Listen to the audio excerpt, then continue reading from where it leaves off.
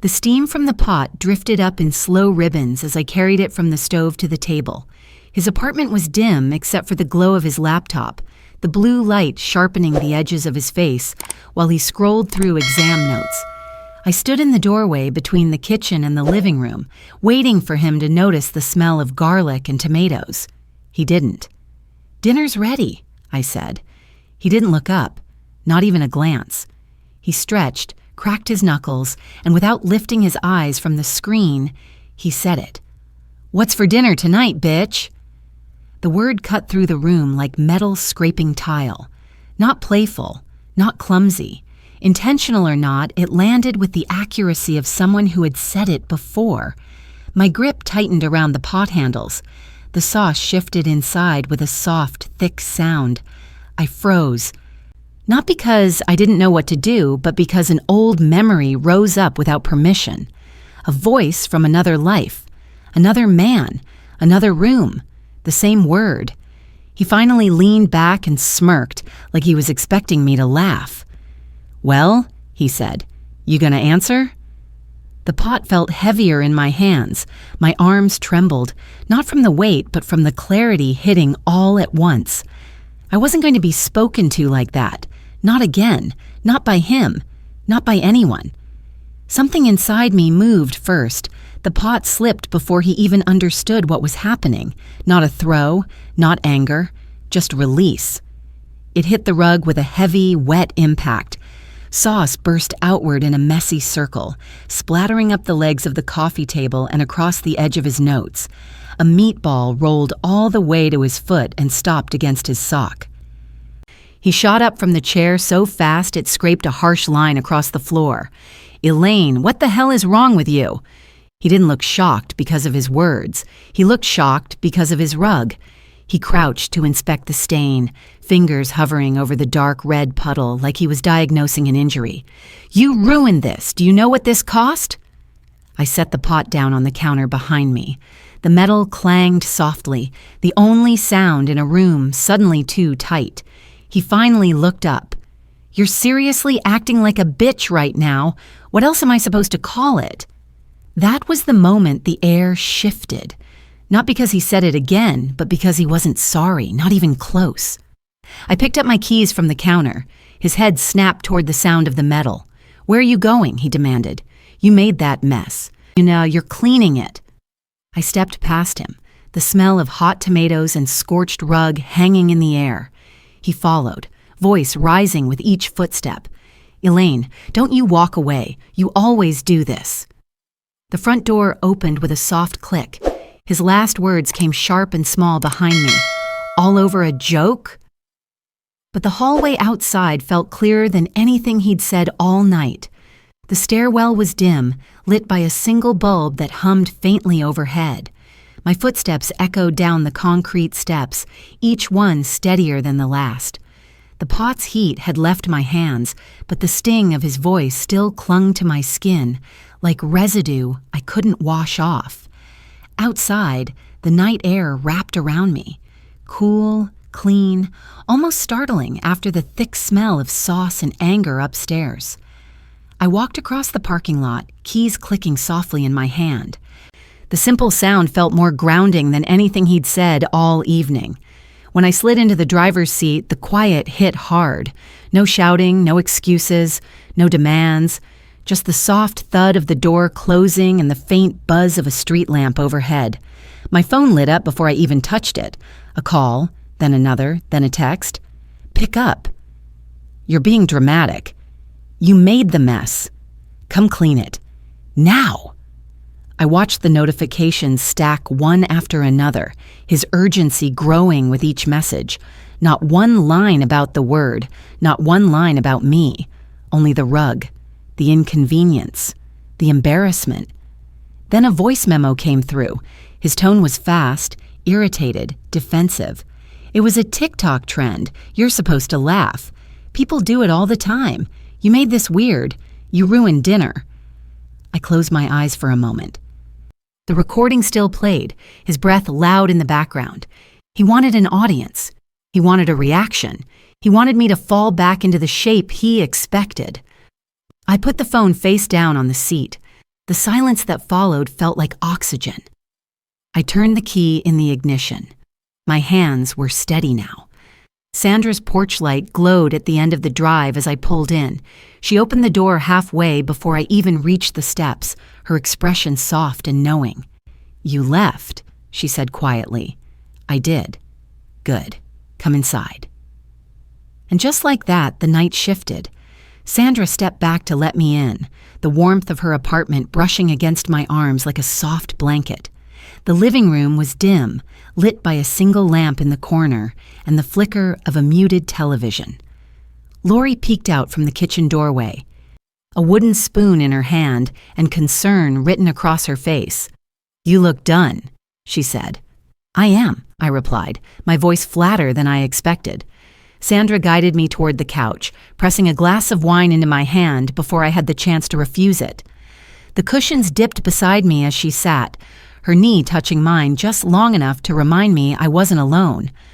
Lori turned off the stove and wandered over, leaning against the arm of the couch with a quiet steadiness. "What did he say?" Sandra asked gently. "He called me a bitch," I said. "Like it was nothing. Like it was a joke I was supposed to laugh at." Lori's face didn't change, but her jaw tightened for a split second. "Men hide behind jokes when they want cover," she muttered. "It's lazy." Another buzz from my phone, loud, insistent. Sandra reached over, flipped it face down, and slid it a few inches away. "Not tonight," she said. The wine warmed my throat. The quiet warmed the rest of me. My shoulders sank deeper into the couch, the tension uncoiling just enough for me to breathe normally. Sandra studied me for a long moment. "That word came from somewhere deeper than TikTok," she said softly. "Did it hit an old bruise?" I didn't answer right away. The truth sat heavy in my chest, familiar in a way I wished it wasn't. "Yes," I finally said, "it did." Lori nodded, slow and understanding. "Then you weren't overreacting," she said. "You were remembering." Their presence wrapped around me, steady, grounded, nothing like the chaos I'd walked away from. For the first time tonight, I felt myself exhale without breaking. Sandra disappeared into the kitchen and came back with a blanket, placing it beside me without forcing it over my legs. Lori dimmed the lamp a little, lowering the room into a softer shade of calm. The small, ordinary sounds, the clink of the wine bottle, the hum of the fridge, the rustle of the blanket, felt like a reset my body had been waiting for. I sank deeper into the couch. My phone buzzed again on the table, vibrating against the wood with a sharp insistence that broke the quiet. I didn't reach for it this time. Neither did Sandra. "What's he saying now?" Lori asked. "Probably the same thing," I said. "That I'm overreacting, that it was a trend, that I should have laughed." Sandra tilted her head. "He really thinks a trend gives him permission to talk to you like that? It's the excuse he's sticking to," I said. Another buzz, then another. The pressure behind my eyes started to build, not tears, just exhaustion wearing a familiar mask. "You don't have to check it," Sandra said. "But if you need to vent, we're here." I nodded, finally flipping the phone over to glance at the screen. Messages stacked in a long, irritated column. "You made a scene. You left me with a disaster. You always do this dramatic crap. Grow up." The last one sat heavier than the rest, not because it was harsh, but because it was predictable. I put the phone face down again. "This isn't the first time I've heard that word," I said quietly. "But it's the first time someone I cared about said it like a punchline." Sandra reached for her glass, swirling the wine. "Someone who respects you doesn't gamble with your triggers," she said. "They don't test the limits of what you'll tolerate." Lori leaned back against the couch arm. "And they definitely don't hide behind 'it's just a joke' when they see it hurt." The truth of their words moved through the room, slow and steady. Something inside me settled, not healed, but anchored. I pulled the blanket over my lap, more for comfort than warmth. "That word shouldn't come from someone who loves me," I said. "It shouldn't come from anyone," Sandra replied. The silence that followed wasn't empty. It was validating. I breathed in. This time, it didn't catch. I woke before the others the next morning, the apartment washed in soft gray light. The blanket was still draped over my legs, tucked in at the edges like someone had made sure I stayed warm through the night. I sat up slowly, the stiffness in my neck a small reminder of a couch slept on for refuge, not comfort. The kitchen was quiet except for the low clatter of Sandra making coffee. She turned when she heard me, offering a small smile. "You want a cup?" she asked. "Yeah," I said. "Thanks." I reached for my phone. For a moment, I hesitated, my thumb hovering over the screen. Then I unlocked it. The notifications flooded in, the earlier tension distilled into a single long string of messages. The latest one read, "You need to come clean this. It's disgusting. I can't deal with it." No apology, no reflection, just expectation. Sandra placed a mug in front of me. "You okay?" "I'm awake," I said. "And that's enough for now." I typed a reply with slow, deliberate pressure on each letter. "That's the bitch tax. Handle your own mess. I'm done doing chores for someone who talks to me like that." I hit send. No trembling, not even a second thought. He called instantly. The phone vibrated aggressively on the table, the sound too loud for the quiet kitchen. I answered, not because I wanted to, because I needed to hear the tone he'd choose now. He didn't disappoint. "You can't be serious," he snapped. "I don't see you like that. It was a trend, a joke. You made this into something it wasn't." I stared at the sunlight creeping across the countertop. "You made it into something when you doubled down," I said. "When you said it again. When you cared more about your rug than the person standing in front of you." "You threw the pot," he shot back. "That's on you." "I reacted to disrespect," I said, "and I'm not cleaning anything." He sucked in a breath, sharp, defensive. "You always twist things. I don't have time for this. And I don't have time for someone who talks to me like they're auditioning for an audience." Silence. Not thoughtful, calculating. Sandra leaned on the counter, watching my face carefully. He finally spoke. "So what now?" I let the quiet stretch just long enough for the truth to feel real. "What now," I said, "is that I'm choosing myself." He hung up. No final word, no attempt at repair, just a deadline. Sandra's voice was soft. "That sounded done." "It was," I said, and for the first time in a long time, done didn't feel like loss. It felt like breathing. Lori was already up when I walked into the living room, folding blankets with the kind of quiet focus that makes a space feel steadier. She looked up when she heard my footsteps. "You sounded firm in there," she said. "I finally meant it," I replied. She nodded once, approving without intruding. Sandra handed me a plate with toast, the kind cut diagonally like a small kindness. I took a bite, not hungry but needing something solid. My phone sat on the table, screen dark. For the first time since last night, I didn't feel pulled toward it. No curiosity, no dread, just distance. Sandra sat across from me. "Sometimes the real break doesn't happen during the fight," she said. "It happens the next morning when the quiet makes things obvious." She was right. It wasn't the word alone. It was the entitlement behind it, the expectation that I should bend, apologize, return, clean, soothe, minimize, forget. The long list of duties women are expected to perform without ever naming them. Lori sat beside me, the cushions dipping under her weight. "What's the plan now?" she asked. "I don't know," I said, "but I'm not going back. Not to explain, not to negotiate, not to soften it." Sandra nodded. "That's a plan." The room felt warmer somehow, like the decision itself had shifted the air. I leaned back, letting my shoulders fall, letting the tension finally release from my neck. He hadn't texted again. That silence felt like the most honest thing he'd given me. I wrapped my hands around the warm mug. For the first time since everything started, my pulse was steady. Sandra opened a window to let in the late morning air. The curtains lifted with the breeze, brushing softly against the wall. The room felt lived in and safe, nothing like the tight, stale tension of his apartment. I sat at the edge of the couch, running my thumb along the seam of a pillow, grounding myself in small textures. My phone buzzed once. A single vibration, hesitant, almost. I checked the screen, a new message, short, flat, detached. Okay, if this is what you want. Not a question, not remorse, just a statement meant to shift responsibility onto me.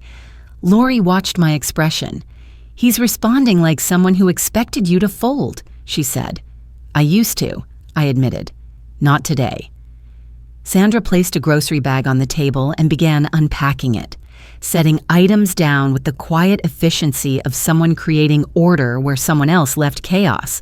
A small gesture, but grounding.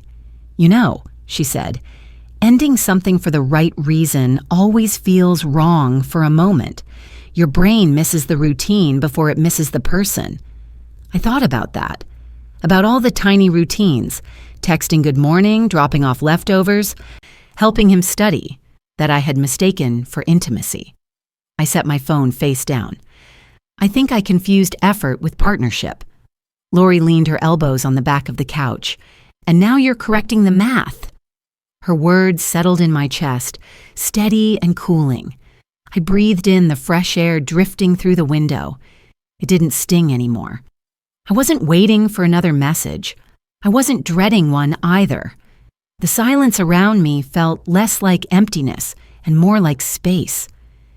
The afternoon moved gently, the light softening as it slid across the living room floor.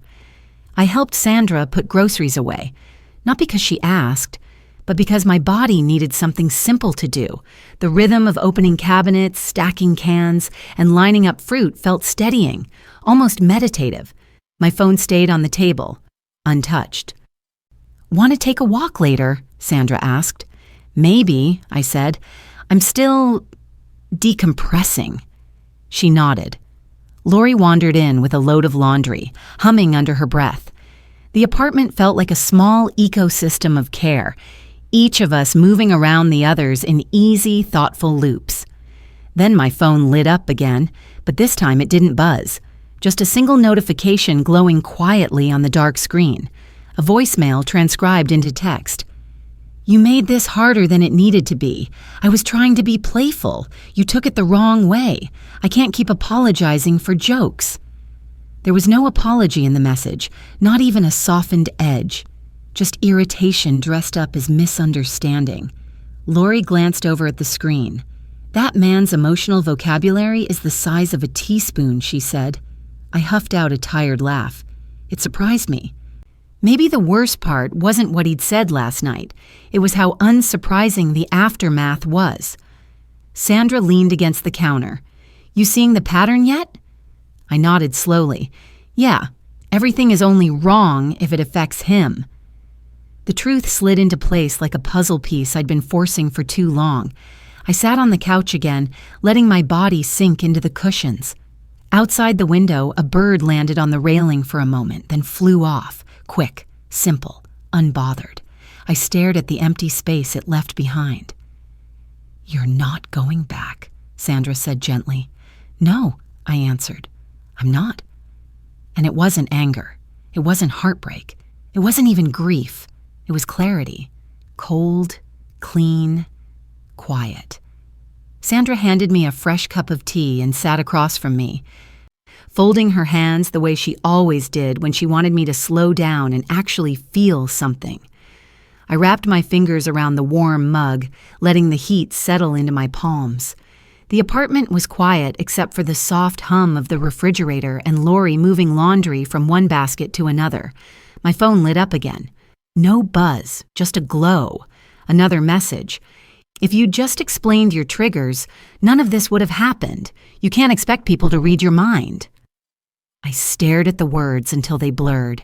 There it was, responsibility flipped, pushed back across the table like a check he refused to pay. Sandra tilted her head. He really said that? I turned the screen so she could see. Lori let out a short, disbelieving exhale from across the room. Explained your triggers? You're 30. He's 30. Don't call women bitches isn't a seminar. I set the phone face down again. My chest felt tight. Not with hurt, but with recognition. The kind that stays hidden until someone else names it. Sandra leaned forward. You know what I think? I think he's more bothered by losing the comfort you provided than the disrespect he showed. That sentence landed with a truth so sharp I almost flinched. I took a sip of tea. The warmth hit my throat, but the rest of me stayed cool, clear. He didn't care that he hurt me, I said softly. He cared that I didn't stay. Lori walked over and sat on the arm of the couch. That's not a partner, that's someone who wants a buffer. The room shifted. Not dramatically, just a subtle tilt, as if something heavy finally rolled off-center and fell away. I looked toward the window. The afternoon sun had softened into a warm gold, dust floating lazily in the beams. Everything felt slower, quieter, easier. He had expected me to fold. He had expected the apology to come from my side. He had expected the routine to reset. But nothing in me wanted to return to a place that used jokes as weapons and trends as excuses. For the first time, the weight wasn't on me. I breathed deeply, and the air went all the way down. Sandra switched on the small lamp beside the couch, the light warming the corner of the room without disturbing the calm that had settled over everything. I sat on the edge of the cushion, elbows on my knees, tea cooling in my hands. Lori folded the last blanket and placed it on the shelf, then joined us, sensing the shift in me before I said a word. My phone lit up again. I didn't reach for it. Sandra raised an eyebrow. You don't have to read that. I know, I said, but I also don't have to fear it.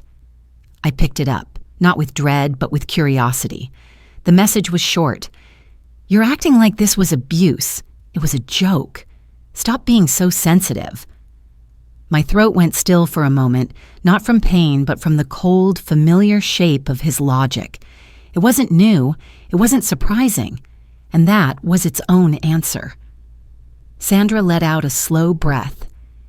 He's minimizing because he knows he crossed a line. Lori leaned forward, voice low. They always call you sensitive when they're being cruel. I set the phone down again, deliberate this time. I'm done explaining myself. Sandra's expression softened. Good, because the right people don't need explanations. The room settled into a soft quiet. Outside, a breeze pushed against the window, rattling it lightly. Inside, everything felt still. For years, I had made myself small in moments like these, shrinking, smoothing, softening. Tonight, something different rose inside me.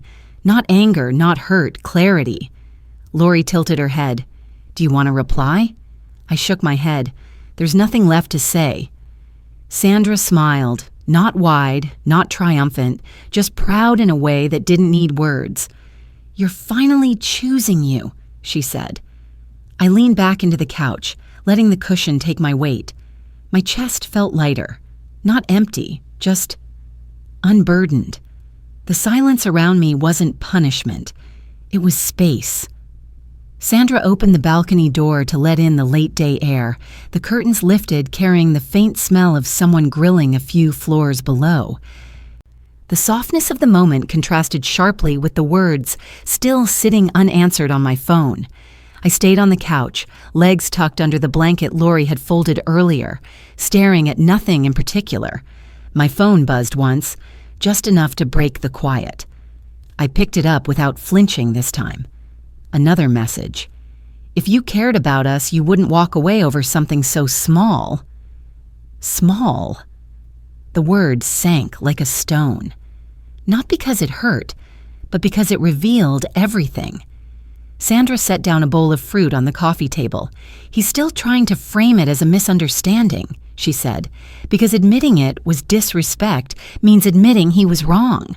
Lori leaned against the wall, crossing her arms, and some men would rather lose a relationship than lose the upper hand. I read the message again. Small. A memory rose. Not of him, but of someone older. Someone whose temper taught me to measure my reactions carefully. Someone who used small as a weapon long before this man ever would. "He sounds like someone I used to know," I said quietly. Sandra came to sit next to me. "The resemblance is the answer," she said. I placed my phone face down. "I don't want to teach someone how to respect me. Not at this age." "You shouldn't have to," Lori replied. "Respect isn't a class, it's a baseline." The breeze moved through the room again, brushing against my cheek like a reminder of how far I'd come from the girl who once thought swallowing pain made her easier to love. I took a slow breath, my lungs filling all the way for the first time since last night. "I think this breakup was waiting to happen," I said. The word just exposed the truth. Sandra nodded. "Catalysts aren't always pretty, but they're honest." I leaned back into the couch, letting the warmth of the room settle around me. The quiet didn't feel heavy anymore. It felt earned. For the first time, I wasn't bracing for his next message. I simply didn't care what it said. Sandra dimmed the living room light until the space shifted into a soft dusk glow. The day had stretched long, but in a gentler way. No sharp edges, no raised voices, no words used as weapons. I pulled the blanket tighter around my legs, not because I was cold, but because it felt good to wrap myself in something that didn't ask anything back. My phone lay on the table, screen dark. For a moment, I thought the silence meant he was finally done. Then it lit up again, a single message. "I just don't understand why you're making this a big deal. I didn't hurt you." I stared at the sentence. Not defensive this time, not angry, just empty. A man refusing to see the wound because acknowledging it would require accountability he wasn't willing to give. Lori stepped closer, reading my expression before she spoke. "He's telling on himself," she said. "People who don't think they hurt you never actually cared if they did." Sandra sat beside me, her voice quiet but firm. Pain doesn't have to leave a bruise for it to be real. I let the words sink in. All of them. Everything he sent. Everything he didn't. "I'm not angry anymore," I said. "Just done." Sandra nodded. "That's what peace sounds like." I picked up my phone, not to respond, but to block the number. My thumb hovered over the button for a fraction of a second, long enough to recognize how many times I had chosen to overlook things, excuse things, let things slide. Not tonight. I pressed the screen. The block went through. The silence that followed wasn't cold. It was clean. Lori let out a slow breath. Feels different, doesn't it? It feels like the end of something I should have walked away from sooner. Sandra touched my shoulder. Not a squeeze, just a presence. "You walked away the second you saw who he really was. That's not late. That's strong." The window curtains lifted again with the breeze. The sound was soft, almost like a sigh. For the first time in a long time, the quiet didn't echo. It rested. Sandra brought out a small stack of clean plates she'd just washed, setting them to dry on the counter with slow, mindful movements.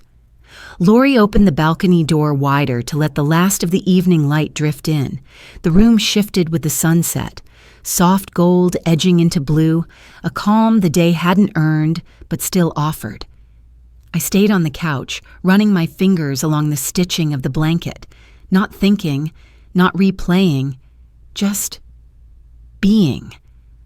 My phone sat blocked and quiet. For once, its silence felt like safety instead of suspense. Sandra walked over and placed a bowl of cut fruit in front of me. "Eat something," she said gently.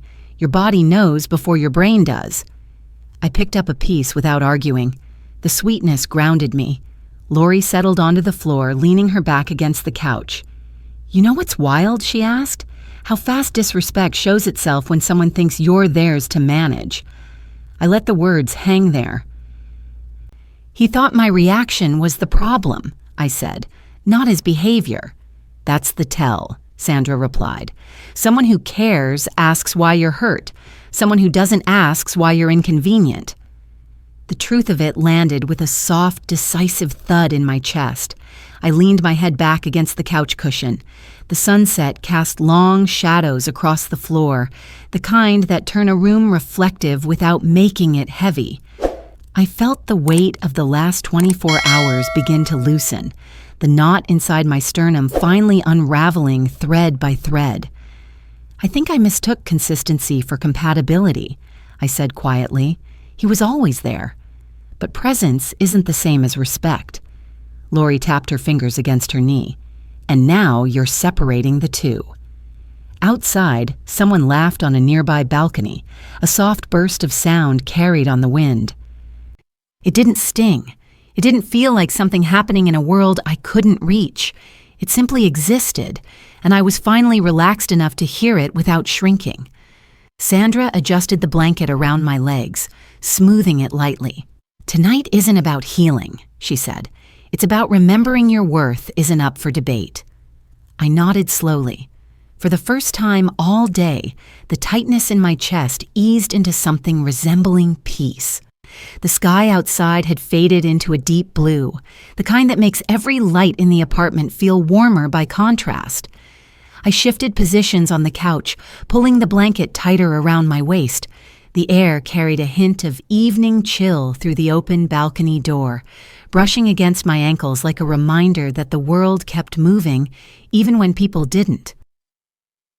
Sandra lit a small candle on the coffee table, the flame flickering steady, casting a soft glow across the room. Lori lowered the volume on the TV until it was barely a murmur, a backdrop, not a distraction. "Do you feel guilty?" Sandra asked quietly. I thought about it, really thought.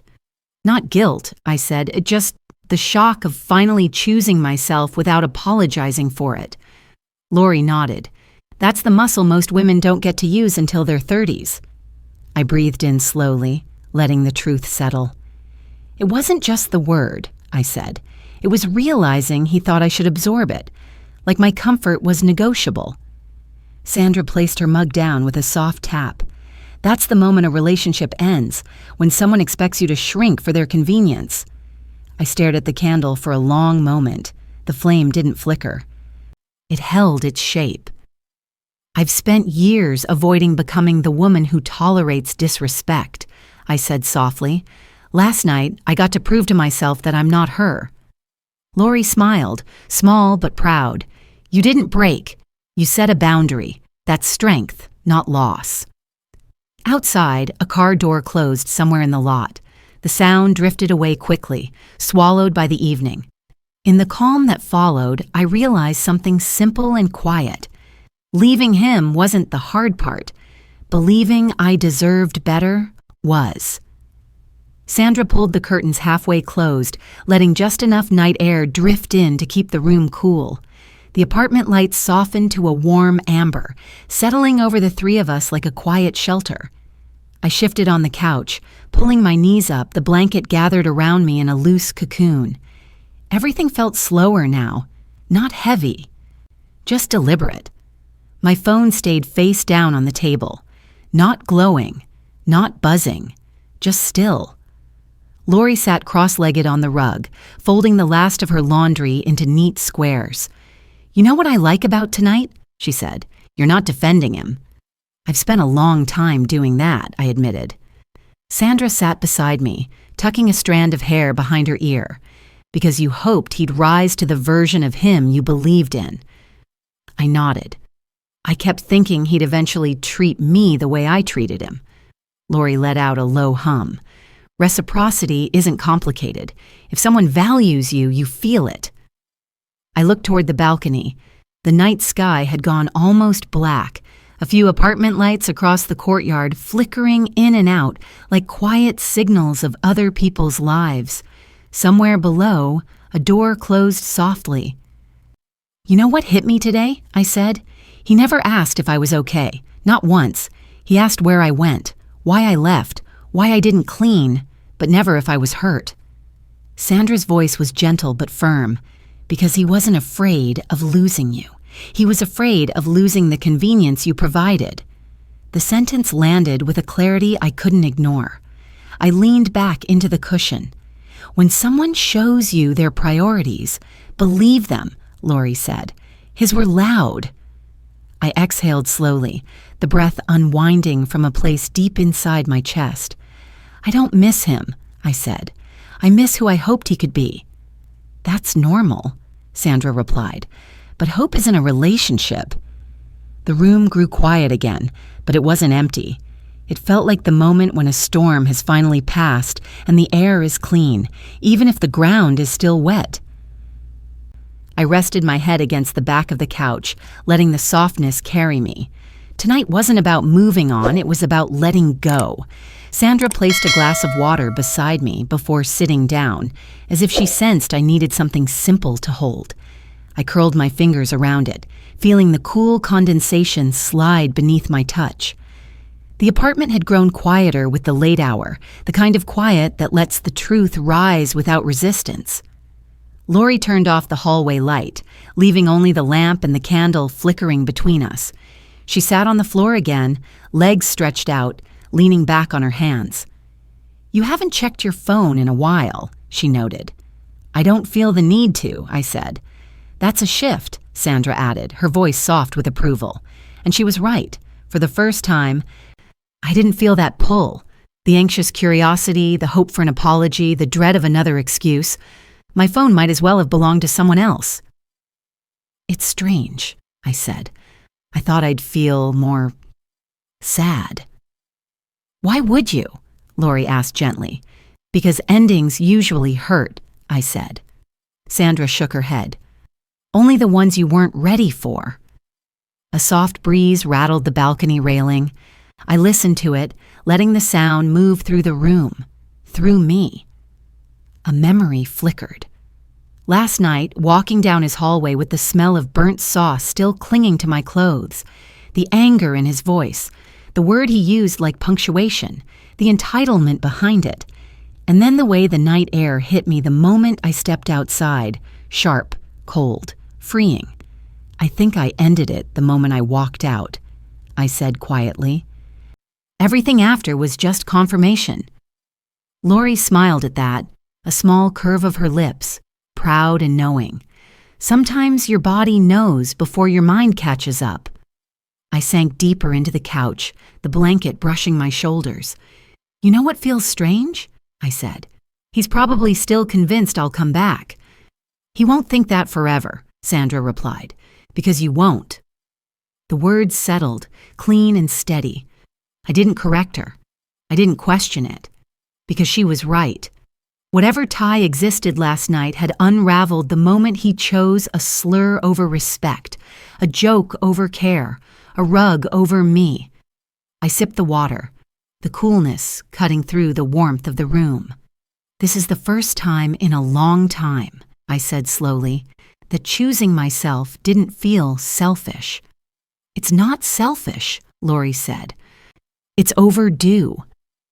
I closed my eyes for a moment, letting that truth settle into places inside me that had gone quiet from neglect. Tonight wasn't healing.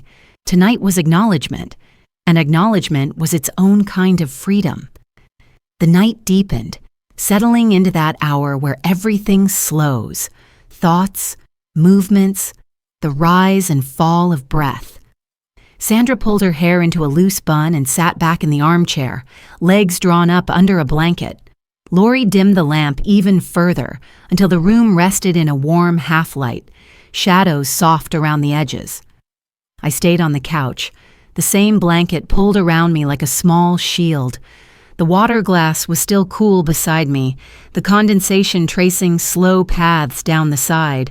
For the first time all day, I felt my body growing tired, not from stress, but from release. Lori stretched her legs out. "You've been quiet for a while," she said softly. "I'm thinking," I replied. "About him?" Sandra asked. I shook my head. "About me." The simplicity of that felt like its own shift. I leaned back into the cushion, staring at the faint flicker of the candle. I'm realizing how much work I've done in relationships without even noticing. How many times I've been the cook, the cleaner, the calm voice, the apologizer, the buffer. I paused, feeling the weight of it settle. He didn't lose a girlfriend tonight. He lost free labor. Sandra nodded. And you stopped providing it. Lori let out a soft, knowing sound. Men like that aren't scared of losing you. They're scared of losing what you do for them. The truth wasn't bitter. It was clarifying. I turned the glass in my hands. Last night, he didn't ask if I was okay. He didn't even ask why I reacted that way. He asked who was going to clean his rug. Sandra tilted her head. Because your pain wasn't part of his equation. The room settled into another quiet, a peaceful one. I felt my shoulders drop, a slow melt of tension I'd been carrying longer than this single fight. I think the part that really hit me, I said, is realizing how little he saw me. Not as a partner, as a convenience. Someone who cooks, who cleans, who doesn't push back. Lori's voice was soft but firm. You pushed back, and he panicked. I didn't answer right away. The candle flickered, casting gentle waves of light across the table. That word wasn't just disrespectful, I said. It was revealing. Sandra leaned forward. And now you get to choose what you do with that truth. I breathed in a slow, even breath that reached all the way down. I'm choosing to let it end. No shaking voice, no hesitation, just truth. The apartment seemed to settle with me, as if the night itself agreed. Sandra collected the empty cups and carried them to the sink, her movements slow and quiet so she didn't disturb the calm that had settled over the room. Lori stretched her arms overhead, then tucked her legs under her as she shifted closer on the rug, sensing there was still one more layer inside me, waiting to surface. I stayed on the couch, watching the candle flicker. The flame wavered slightly, then steadied, like it was learning how to hold its shape again. You look different, Lori said gently. Not lighter, just clearer. I feel clearer, I admitted, and a little angry at myself for not seeing it sooner. Sandra returned, drying her hands on a towel. Don't go there, she said softly. You didn't stay because you were weak. You stayed because you had hope. Hope is not a flaw. It's a skill. The words hit deeper than I expected. I pulled the blanket a little higher on my lap. He always said he liked how patient I was, how understanding, how easygoing. Because those qualities benefited him, Lori said, not because he valued them. I nodded slowly. Last night, I walked into his apartment after work to cook dinner for him while he studied, and somehow, in his mind, that meant he had the right to talk to me like I was his punchline. Sandra sat down beside me again. You know what I think? He didn't misjudge your reaction, he misjudged your threshold. That sentence sank into my chest with a quiet, satisfying click. My threshold. My line. My boundary he never thought I'd enforce. I stared at the dark window, at the faint reflection of myself in the glass. Not broken, not shaken, just returning to myself. You know what surprised me most? I said. I didn't second-guess the boundary. I didn't apologize for it. I didn't try to soften it. That's growth talking, Lori replied. I exhaled through my nose. It's strange. I spent months managing his moods, and the second I stopped managing, he fell apart. Sandra gave a small, almost sad smile. Because the relationship was balanced on you, not on both of you. I leaned back into the cushion. The truth was settling now, not heavy, just permanent. The candle popped softly as if agreeing. I'm not going back, I said, not even to explain the breakup. You don't owe him a post-mortem, Lori said. Some things end because clarity arrives. I looked down at my hands, no tremor left in them. Clarity had arrived, and it wasn't going anywhere. Sandra pulled the small throw pillow behind her back and settled deeper into the armchair, the texture of the fabric brushing softly against her sweater. Lori shifted positions on the rug again, leaning her shoulder lightly against the couch where my knee rested under the blanket. The closeness wasn't intrusive, it was stabilizing, the kind of presence that anchors the room without saying a word. I set my empty glass on the table. My hands felt steady in a way I hadn't felt in a long time. "You know," Sandra said softly, "you haven't asked once if he'll reach out again." I let the thought linger. "I don't care if he does." Lori nodded as if she'd been waiting to hear that. "That's when you know it's over, not when the breakup happens, when the obsession with their next move disappears." I glanced toward my phone, still quiet, still blocked. "That word didn't end things," I said. "It exposed them." Sandra's gaze was gentle. "You saw who he was when he didn't get his way, and who he thought I was supposed to be," I murmured. Lori picked at a loose thread on the rug. "Men like that don't see partners. They see roles. The caretaker, the cook, the understanding one, the girl who doesn't push back." I pulled the blanket a little tighter. "He wanted me to laugh," I said, "at a joke that made me the punchline, and when I didn't, he punished me for breaking the script." Sandra tilted her head. "Good for you. Scripts like that only work if you stay in them." A small stretch of silence washed through the room. Not awkward, just reflective. "You know what I realized tonight?" I said quietly. "If someone truly respects you, they flinch when they see you hurt. He didn't flinch." Lori looked up at me, eyes soft. He didn't even notice. The truth hung there, clean and irrefutable. I leaned back into the couch, legs tucked under the blanket, the candle flickering low on the table. "I'm not grieving him," I said. "I'm grieving the version of myself that tolerated less." Sandra smiled, not triumphant, just deeply proud. Then tonight wasn't an ending. It was a correction. The air felt different after she said that. Lighter, clearer, unburdened. I closed my eyes for a moment, letting the stillness settle into my bones. "I'm done," I whispered. And it wasn't fragile. It wasn't scared. It wasn't uncertain. It was final. Sandra stood up to stretch, her arms lifting over her head as the joints in her shoulders gave a soft, relieving crack. Lori shifted on the rug, pulling her knees into her chest, chin resting lightly on top. The apartment had fully slipped into night now, quiet, steady, cocoon-like, a place where nothing demanded anything of me. I adjusted the blanket around my legs, letting the fabric settle over my ankles. A slow calm filled the room, not loud or celebratory, just a quiet knowing that something heavy had finally been set down. "You look settled," Sandra said. "I feel grounded," I replied, "like my body finally believes I'm safe." Lori smiled softly. "That's what happens when you stop negotiating your worth." I let that settle for a moment. I didn't realize how much of the relationship was me managing him, I said.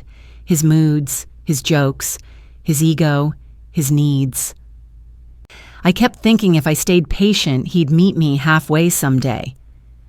"He never planned to," Sandra said gently. "You were doing the emotional labor for two." A small tug pulled in my chest. Not regret, just recognition. "It's wild," I said. "I made him dinner. He called me a slur. And somehow he still acted like I ruined the night." Lori huffed out a soft, disbelieving breath. "Because he saw your labor as owed, not appreciated." I leaned my head back against the cushion. "That's the part that stings," I admitted. "Not the word, the entitlement." Sandra sat beside me again.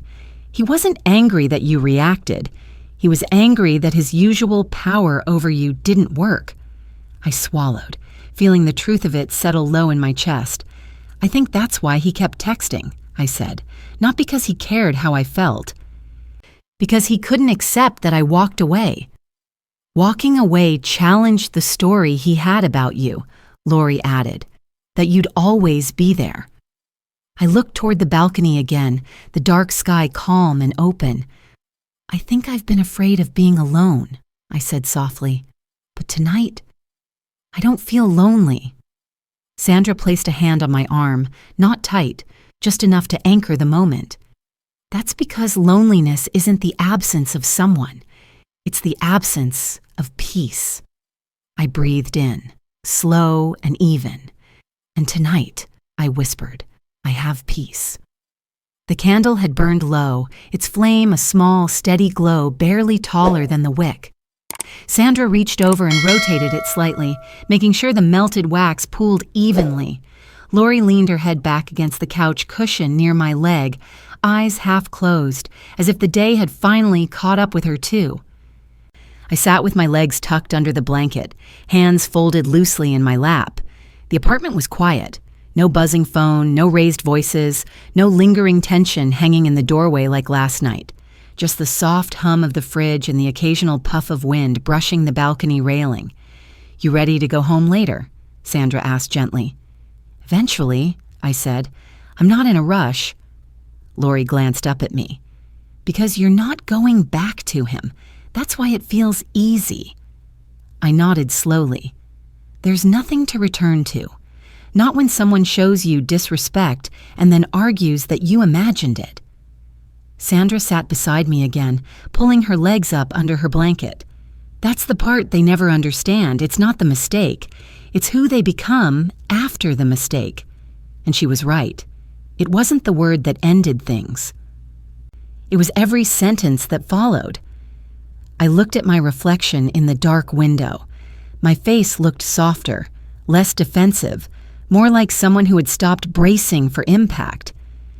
"You know what surprised me?" I said. "The relief. I thought I'd feel heartbroken or angry or uncertain, but it's just relief. Because your intuition isn't fighting you anymore," Lori said. I sat with that. Let it settle deeper. "I think I waited for him to show up as a partner," I said, "and last night proved he never would." Sandra tilted her head. "And instead of clinging to potential, you chose truth." A soft breeze slipped in through the open balcony door, lifting the edge of the curtain. It brushed lightly against my arm, cool and clean. I exhaled, long and steady.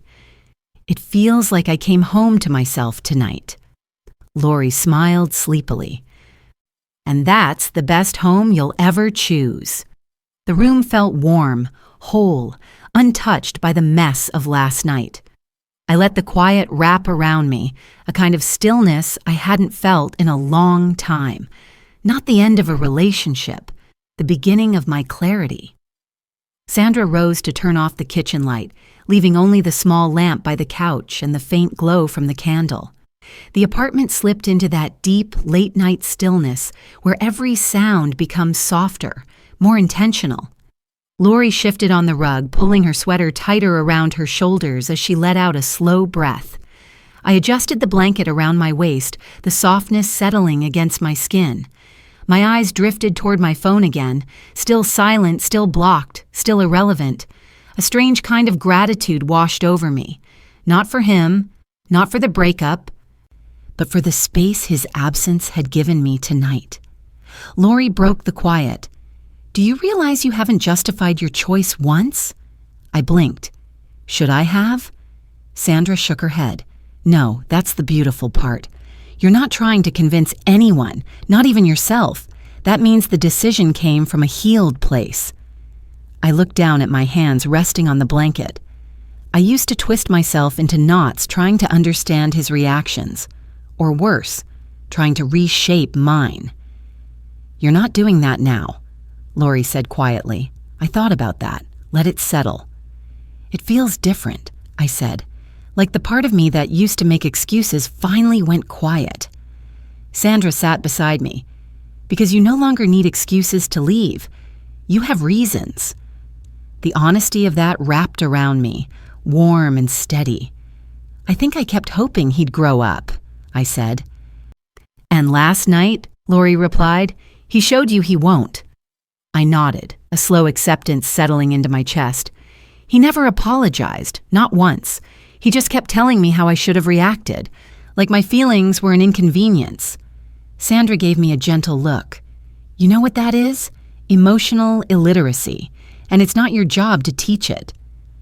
A small silence fell again, not heavy, reflective. I leaned back, sinking deeper into the couch. The candle flickered one last time before steadying into a small, unwavering flame. "I think the real ending," I said, "was when I stopped needing him to understand why I was hurt." "That's freedom," Lori whispered. The truth of it washed over me like warm water. Soft. Sure. Final. Not a rupture. A release.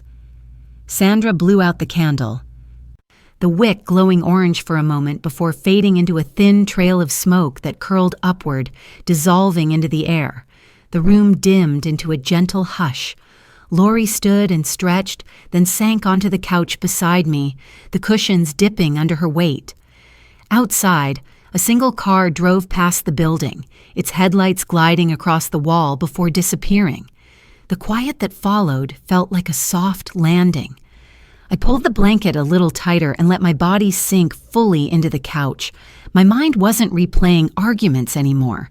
It wasn't trying to decode his messages or anticipate the next excuse. It wasn't searching for closure he would never give. It was still. Sandra leaned her head against the back of the chair. "What are you feeling right now?" she asked. I thought about it honestly, not the surface answer, the real one. "Like I walked out of something small," I said, "and stepped into something that finally fits." Lori nodded. "Peace looks good on you." I smiled, not big, not triumphant, just real. I didn't realize how heavy it all was until it wasn't on me anymore. Sandra shifted closer, her voice low. "That's how quiet liberation feels." I ran my fingers along the blanket edge, grounding myself in the soft texture. A full breath moved through me, deep, unbroken, unforced. "I don't hate him," I said. "I just see him clearly now, and seeing clearly makes the choice easy." Lori rested her head lightly against my shoulder. "That's all clarity ever asks for, acknowledgement." The apartment felt warm, safe, held, the kind of space where nothing sharp could reach me. I let the stillness wash over me, not resisting it, not questioning it. "I'm done going where I'm diminished," I whispered. Sandra smiled in the dim light. "Then you're finally home." I closed my eyes, letting the truth settle. Not loss, not heartbreak, not uncertainty. Just a soft, quiet ending, and the beginning of something steadier. If something in this story found you, you can share below.